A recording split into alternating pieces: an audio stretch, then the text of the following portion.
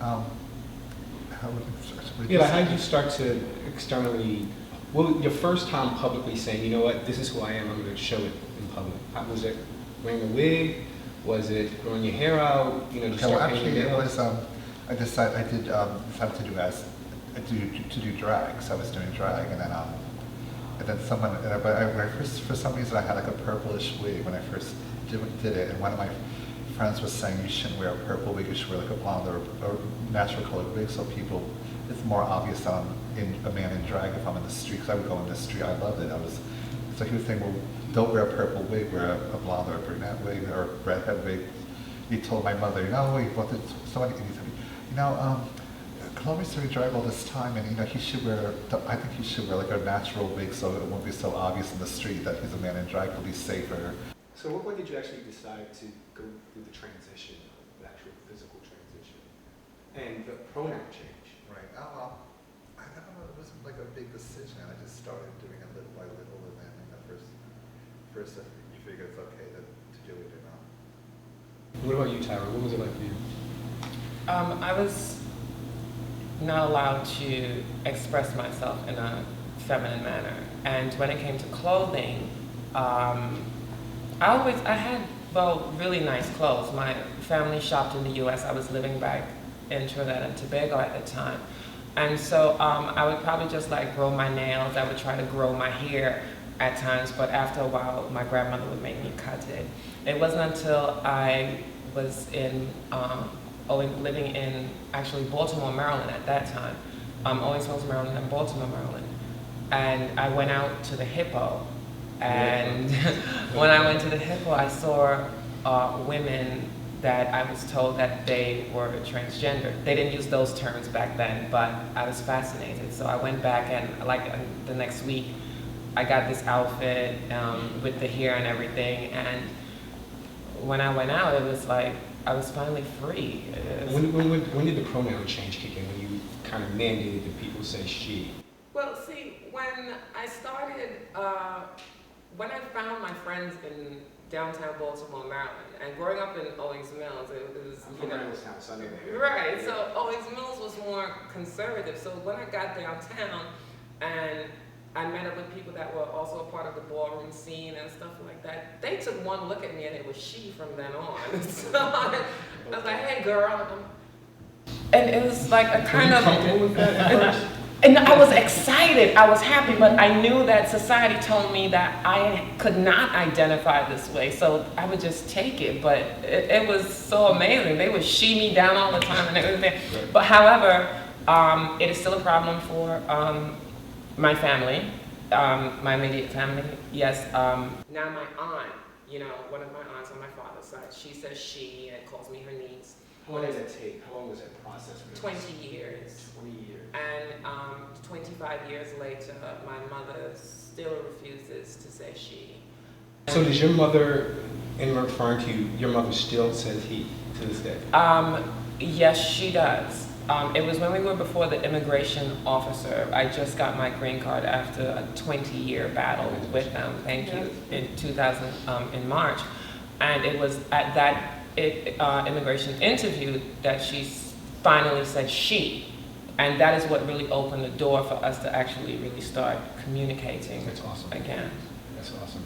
Zach, what was it like for you as far as your first external showing of yourself? Well, when I was about 12, my mom used to always just, go to the store and get us clothes. And then one day my mom asked me if I wanted to come with her. Everything she tried to, take off the rack and show me, I was just like. So we went to the boys section to look for clothes for my brother. I'm like, oh no, I want that, I want that, I want that. All stuff with baseballs on it, baggy cargo shorts. And then ever since then, I never wore girls' clothes until I was about 21. Just in preparation for this interview, I have quite a few transgender friends, and just in trying to ask the appropriate questions, one of the things that came up was my friend, one of my friends, who I won't say her name, but she said that her family felt like the child that they birthed had died. Mm-hmm. Did any of your families feel like they actually had lost the child that they birthed? Yeah. Seven? Yeah. Especially my family came from Spain to Puerto Rico, and dealing with a family that's from especially the islands or culture, not so much just American, like my father's African American. I'm talking about outside of this country. They have a strict way they live from family to generation to generation. So it's not so much of what they think. I think my family cared what the other family members was going to say about their immediate circle, you know, of how it looks to other people and everything. And one of the concerns my mother told me was like, it's already hard. You sure you want to be a black man in this country? Do you know how hard it is to be a black man in this country? Basically, the stereotypical things, some of the employment factors, some of just the bias treatment that, you know, some black men face sometimes for no reason. And they also feel like, I guess when you have a family tree, they feel like you redesigning it based off your preference, your individuality, and everything. But you know, sometimes when you go through that, the universe will bring family and connect you with the people that will love you genuinely for who you are, not just because how it makes it look to outside factors and things of that nature. So for you, what was it like for you? Did your mother feel like she lost her daughter? I left my home when I was about 15, and I have not seen or spoken to my family in probably almost 18 years. So I don't have that relationship that you guys may still have. I've pretty much been doing this on my own accord. I dressed feminine all the way till I was about 19, probably. I was a performer, so I would be on stage and I'd play the character. And so to me, it mentally was okay because I was playing a different character and I was playing someone else and I was singing their songs and I was doing their lines, but it wasn't who I was. And I'd go back and forth here and there, and I'd dress my way on the weekends, and then Monday through Friday I'd be back to this other person. So it was almost like I was playing a role in life as well. You all seem very strong. I mean, you're all adults. You're all gone through your transition. You've all accepted who you are. But I'm wondering, was there ever a point where you considered suicide, or you considered saying, you know what, the hell with this. This is just too much to go through. Or like, what was some of the challenges along the way emotionally for each one of you? When someone violates you, it takes away a certain part of you. When someone that you look at as a role model violates you, it's even deeper. But when someone who is supposed to be your connection to God violates you, that you think is everything, it changes your entire world. It is like you become lost. You have no idea where you're going. And emotionally, I was ready to end it all. I think I tried to commit suicide about 13 to 14 times until I said to myself, you know what, this is just not gonna work. It was 1995, I think it was, the last time I attempted, I took a bottle of pills and I ended up in the hospital and I opened my eyes and they did all this charcoal stuff and I was just looking at the nurse like, why? So that was a trigger for you to say, you know what, I don't want to, I need to just live and just... It started it because I just couldn't die. I couldn't, you know, and then people kept telling me when you try to kill yourself, it's because you're crying for help. And I was determined that my family would not get the upper hand because all they said was, you threw your life away, you'll never amount to anything, you'll never be anything. Oh my gosh, you're so disgusting, please don't, you know? And yeah, so you had to just fight. You had to find your strength. And I know I was going to live, and I wanted to live a certain type of life. So I had to live for me, not for anyone else. And what was your experience like, Zach? I know you and I are friends, so I know we've had some conversations about some of your challenges. I've been a self-injured since I was 12 or 11.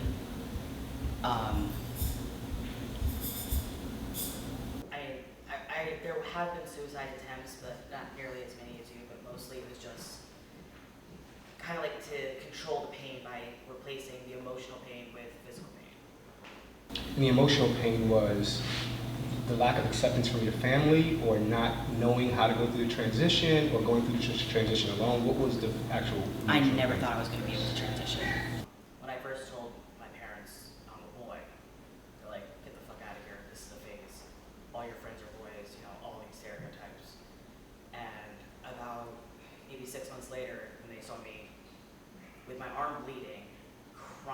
hysterically, that's when they realized it wasn't a phase. Still feeling suicidal, or are you starting to find your way?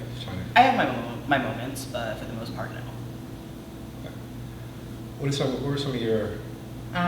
So for me, I've had suicidal thoughts, but I never really acted on it. It was very much that I didn't want to give people satisfaction. Yes. And I was selfish and didn't want.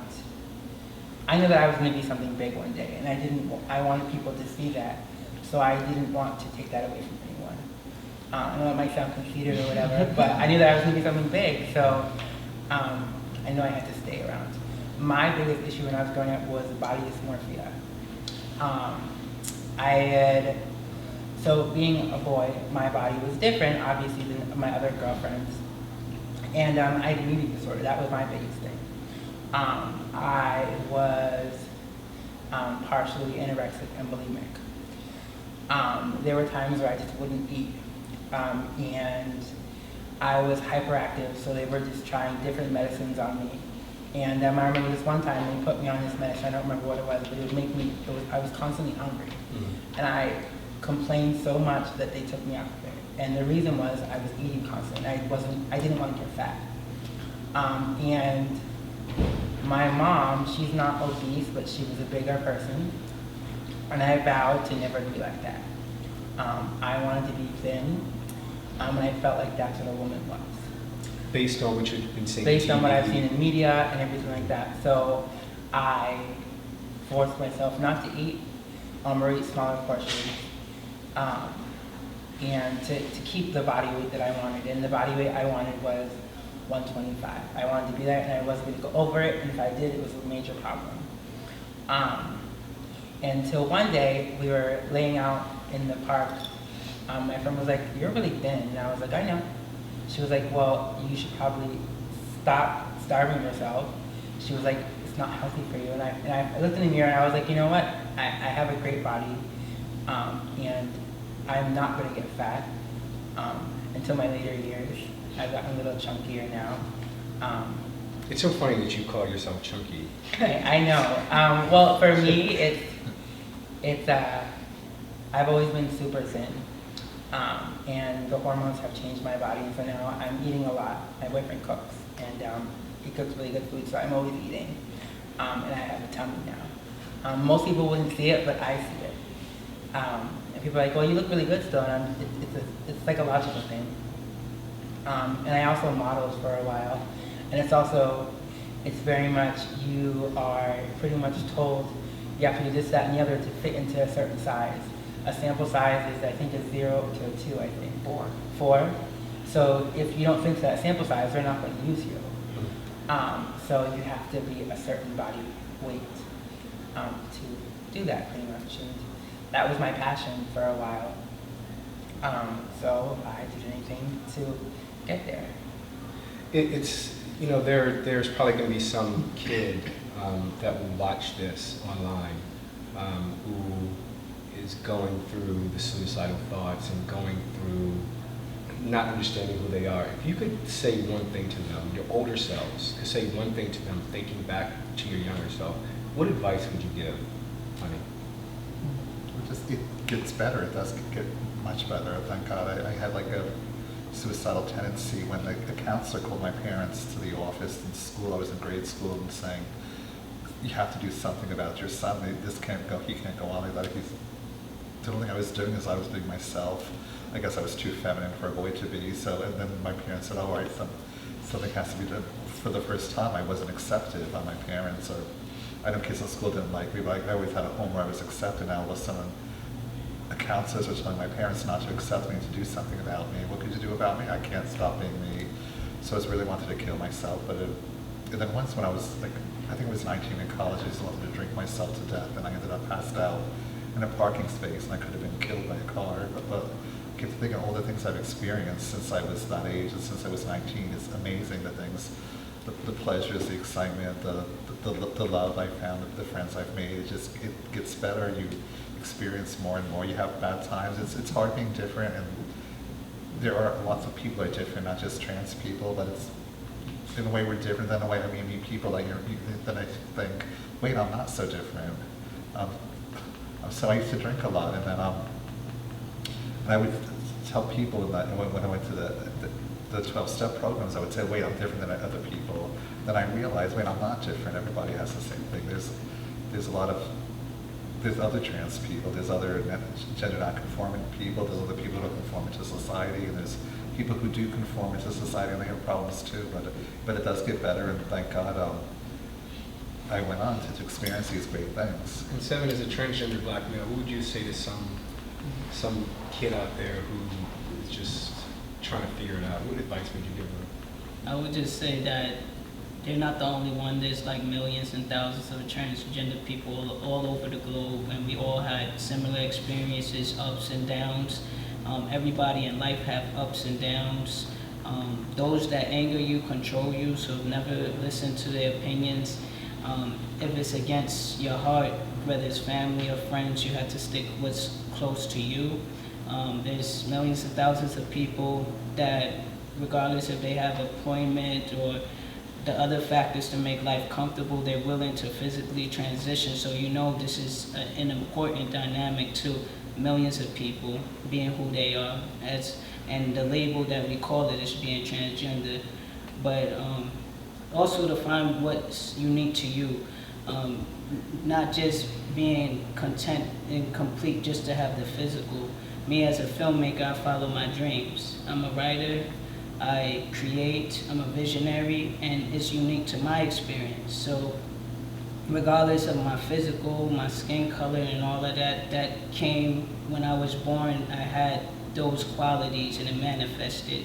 And also my past and my downs that I've been through in my life story gave it more passion, more energy, and gave me purpose to be a messenger to people, especially oppressed people, people that just to have people see the beauty in themselves.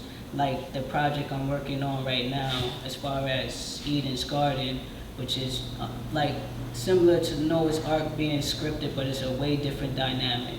Because as of course being transgender, we go through different things health-wise. We take hormones, things is going through livers. Mentally, you're going to change once the testosterone is getting adapted to your brain and your body changes. I mean, humans change every 4 to 5 years. I'm not going to be the same when I'm 50 or 60, and I'm 27 right now, so that's just life. You will make it, and life is short. In that phrase being that, you know, I remember turning 18, now I'm 27. So you will make it. There was times I didn't think I can make it to another year, whether I was going through things financially or what I was going through at this certain time. But life evolves, but it takes you taking responsibility for your life. Okay, so, I'm sorry, did you want to? I just want to say something. I just want to say that gender doesn't define who you are. All gender does, if you decide to change it, is make you comfortable and make it easier for you to live and sustain in what society has made normal or not normal. And speaking as somebody who is pre-hormone therapy, which I think is a good voice to have for a lot of folks, especially young folks, like you said, out there who are a little confused or not sure what they want to do or going through it. You know, you don't have to, and I don't think that hormones make you a person either. I can identify as a male and not go through hormone therapy and still want to be respected like that. Don't ever think that any box, even if it's a transgender box, is just as important. There's no box that exists. Just be who you are regardless. Okay, so with that, the conversation is going to continue. When we come back, we're going to talk about the actual hormone therapy part and walk through that. We're going to talk about relationships. And then we're going to sit and have an in-depth conversation about Caitlyn Jenner and that whole controversy. All right, so the reality show when we come back. Welcome back to the reality show. We're going to pick up our conversation and finish talking to our guests. And I guess the next question I have is really about the physical process of transitioning. So, Monique, you look excited to answer this question, so I'm going to throw it to you. What is it like, the actual physical? Well, for me, I started at 22, which was in 2008, and I had just moved to New York. So it was kind of a little bit crazy. I literally started hormones a month after I moved to New York. And when you start, it's an emotional roller coaster. Being in New York was tough enough without my family, without my friends or whatever. And being on hormones, starting a brand new job, just kind of threw my body for a loop, me emotionally and physically and mentally. It was intense. It was a lot of crying. It was a lot of emotions, being angry, being upset, and trying to figure out where I fit in. And the people I was living with weren't the most positive people. It was 2 gay men, and I was a new girl on the scene. So they had been around for a while, and they didn't like that the minute I got here, I was accepted, and they also didn't like the factor that I got well known really fast. I became popular with guys, so I would have guys left and right in my apartment. And it was like this newfound freedom for me. And so I started off with pills, estrogen pills. And what do these pills do, actually? So pretty much what the pills, so the pills, so pretty much you take a testosterone blocker for trans women, you take a testosterone blocker, and you take an estrogen pill. So pretty much it reverses your body chemistry. So pretty much for me, it raised my estrogen levels and decreased my testosterone levels. So I started with pills, and I wasn't happy with my progress, so I got switched to shots. Did you have to administer these shots yourself? So I started going to Calmore when I first moved here, and pretty much they taught me. It was like I think it was like a 6, I think I went to see the nurse 6 times, and then she was like, okay, well, or he showed me how to do it, so he did it for me. The first 3 times, and then it was kind of like he did it, I did it, until I got used to it. That was years ago, so I'm used to it by now. So you have to maintain these shots? Yes, so right now my hormone regime is kind of intense. I am on a 1 ml, which is like this much of a 40 milligram of estradiol. And then I take a spirolactin. I'm supposed to take 200 milligrams a day, but I only take 100. It makes me pee like crazy, so if you see me in the bathroom, that's why. I pee like every 5, especially when I'm drinking alcohol. She's laughing, so I guess it's the same thing. Alcohol or water, anything, I drink it, it goes right through my body, it's a wreck. And then I'm also on this new pill that I started taking 6 months ago, and it's like a Depo-Vera, but it's in the pill form version, and it's 5 milligrams, so that's 150 milligrams added onto my estrogen level. I know it's a lot. So what happens if you actually stop taking these pills? Does your body reverse itself? Your body reverts itself to a point. After a while, if I may interject, after being on the hormones for quite a while, your body is irreversible. It's gonna be, that's just who you are. You know, there's not a going back. Okay. And so I assume that you're done with your therapy. What's the official, what's the proper hormone? Hormone therapy is unique to each individual. Okay. And some people will be able to take the hormones and they will develop breasts, they will soften, they would, everything that happens to a young woman in puberty is actually what's going to happen to you when you start taking your hormones, for male and female respectively. However, if you abuse it, where you're taking too much hormones, like for me, I didn't go to a doctor. I started my hormones on the street, and we would Why? because I didn't know there was a doctor I could go to. And being from the ballroom scene, being a part of the ballroom scene, it was the girls saying, okay, I'll give you a shot. And the first shot, it was it was literally like I was just air for a while. And then the emotions came, and then the soreness in the chest and the mood swings and all that stuff. And I went on to, and I was taking this shot every week, 2 cc's of estradiol, 30 or 40 milligrams each week. and I would have stomach cramps and just the whole issue. I just felt so off balance. But I was happy because, hey, skin is, the girls are growing. Then I realized, I researched, and that's the one thing that people do not do when they take hormones. They think that because their girlfriend is taking a certain regimen that they can take the same thing. It's not like that. You have to be concerned with your liver, your kidneys. All this stuff is processed for that. So I went on to start taking patches. And what happens is with the shot, you get a spike. So it's like your body's like, yeah, I have all these hormones. But when I switched to patches, what occurred is that now you level off. So you're getting a constant flow of hormones, and that's what I had to understand about taking hormones. Okay. But that may not work for her or some other girl. It's all to the doctor. Okay.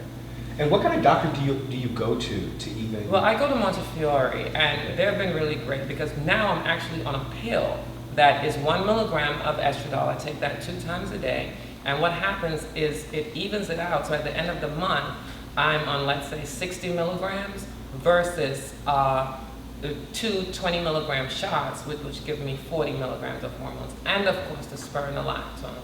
And this is an everyday thing until you decide, I don't want to do this anymore, or after SRS. But if there's a point though where it's almost too late to say, I don't want to do this anymore, like your breasts don't shrink back, right? Well, technically, so one of my girlfriends, she's not a girlfriend anymore, she was transitioning and she didn't want to be a girl anymore, so she transitioned back into a guy. So now, what happened is that she didn't have any surgery. She just had laser. So pretty much she grew in his beard, and he had to be on testosterone now. So it's kind of like being a trans man, because his testosterone level was so low that once you take estrogen for long enough, like Dominique said, it kills your testosterone. So you have to inject it to reintroduce it back into your body. So now he's on a testosterone shot. I guess I want to ask Clover Honey and Dominique this question. You mentioned that your first hormone experience was in the alley with, a girlfriend who... She literally lived in an alley. Yeah. Her partner was there, yeah. You said that it was because of lack of resources. You didn't know them. Do you think there's a disparity between the African American community, transgender community, and the Caucasian transgender community, where it seems like I don't hear as many stories about Caucasian transgender women going and getting their first experience in an alley? Do you guys feel it's a lack of resources between the two groups, or? Well, you're talking about... No, I do think that there's a lack of resources for you. I didn't even know people that got them on this. I wouldn't even know what street to go to if I wanted to get them on this. I'll take you. It's difficult because remember, you're coming from one culture, you're dealing with another culture, you're also dealing with, especially in the black culture where the black church is prominent, you're dealing with people who will not have information about this. So you have to hide, you have to keep it to yourself. So mommy and daddy's not taking you to the doctor.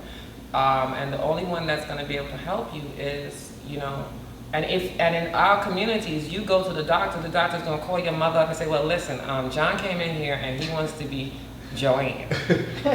Y'all need to go to church.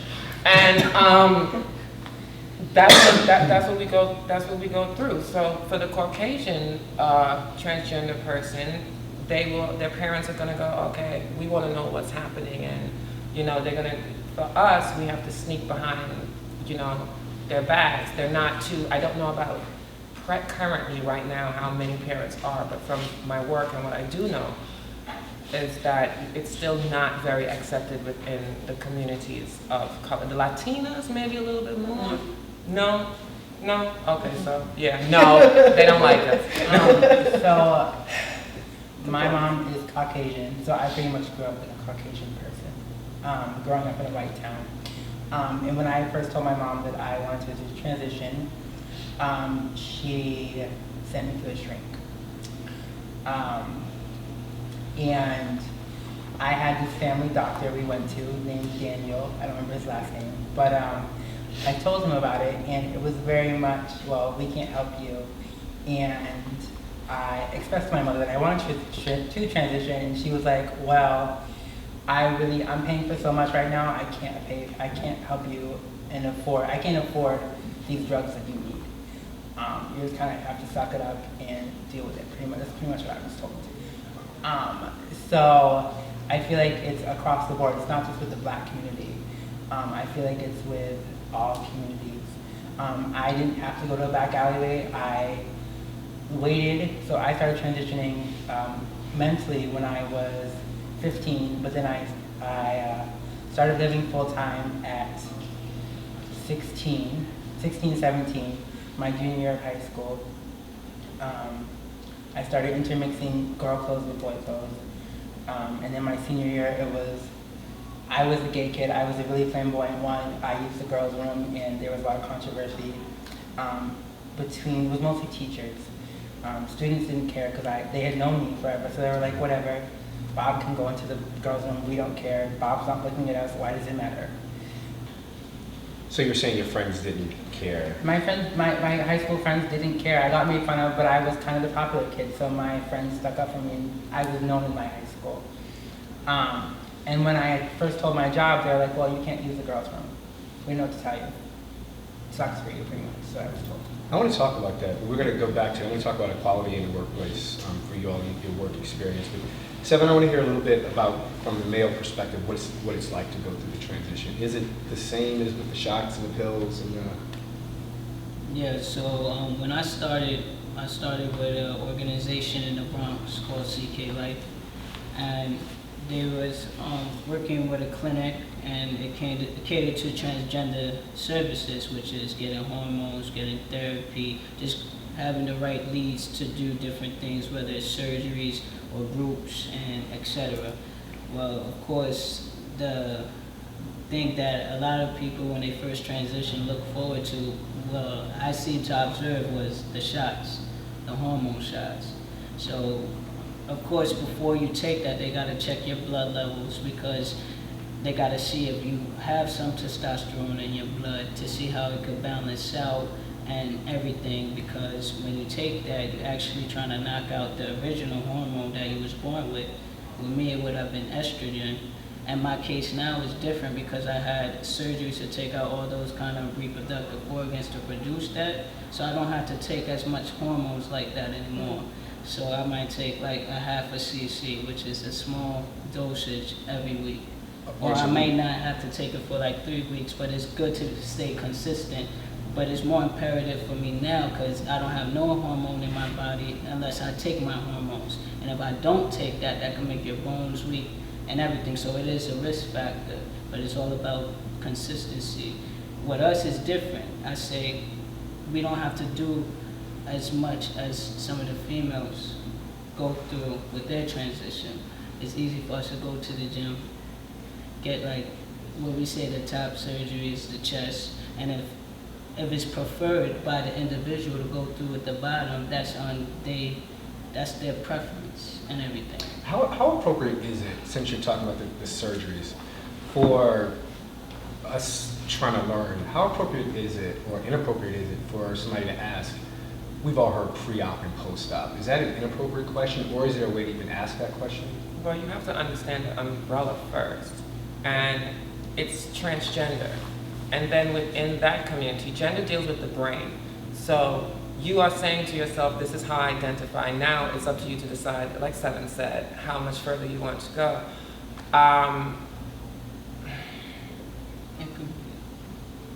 What'd you say? I was thinking out loud. I said it can't be inappropriate because our society, they judging you based off what you,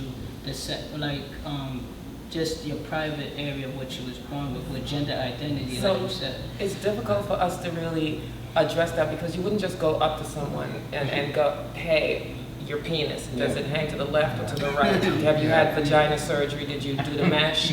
I mean, so for us, but for educational purposes, to help others out there, they need to hear, what we're doing. For those of us who are working in the community to working towards that. But if you just see a transgender person on the street, it is absolutely inappropriate. Because if you ask me that question in the street, I'm gonna look at you like you lost your mind or you had two horns or something. It's just like you wouldn't ask a gay man, like, are you a top or are you a bottom? Are you cut or are you uncut? You just say, are you big or small? You just find out when you find out. Or if you want to. Text me a Well, picture. yeah. Well, that's like the heterosexual community, you know, I use everything in quotations because nothing is, everything's fluid to me, you know, I don't, whatever. But that's like the normal of society saying, hey, what size is your penis? Would you think, would a woman walk up to a man and ask him that question? You know, it's the same, I think it's the same thing. Well, I've come to I do it totally now. agree, but I also think if you are going to ask, there is a way to ask. Exactly, How, yeah. how do you ask? Well, there have been people who, before I had my top surgery, they would ask, oh, what size are you? Size cup? Yeah. Okay. And I was, when it was guys, I would get biological and anatomical men, I would say larger than you and walk away. Oh, you're talking about size of the penis? No, my cup size. Your cup size. Before my surgery. Before your surgery? Yeah, people would actually just upfront ask, oh, what size cup are you? What? Yeah. Yeah, or they just Yeah. imagine that you have Yeah. implants or you've done all this work to your face. So I've been on interviews where they've gone, so when did you do your implants and how much surgery have you had to your face? And I'm like, I've never touched my face and these are not implants and they're not even silicone. There's very little silicone in there. Yeah. But it gets unnerving, you know? It's almost, I couldn't imagine what it would be like to have somebody walk up to me and say, hey, you know, do you have a penis? Like, that's just weird. It seems like a weird question. You have I'd something? say, I also think, well, as far as just like in personal life, personal conversations, it takes away from the human experience. Because I also know, as far as for transgenders, they become some type of erotic fantasy, even within our own community, talking about lesbians, gays, and then bisexuals, transgenders, even hetero people that might look at a trans, woman like a guy and be like, I just wonder what the experience be like, and the same thing with the trans men with like hetero females. I wonder what the experience be like, and so just that fantasy of what's in your pants becomes like not even a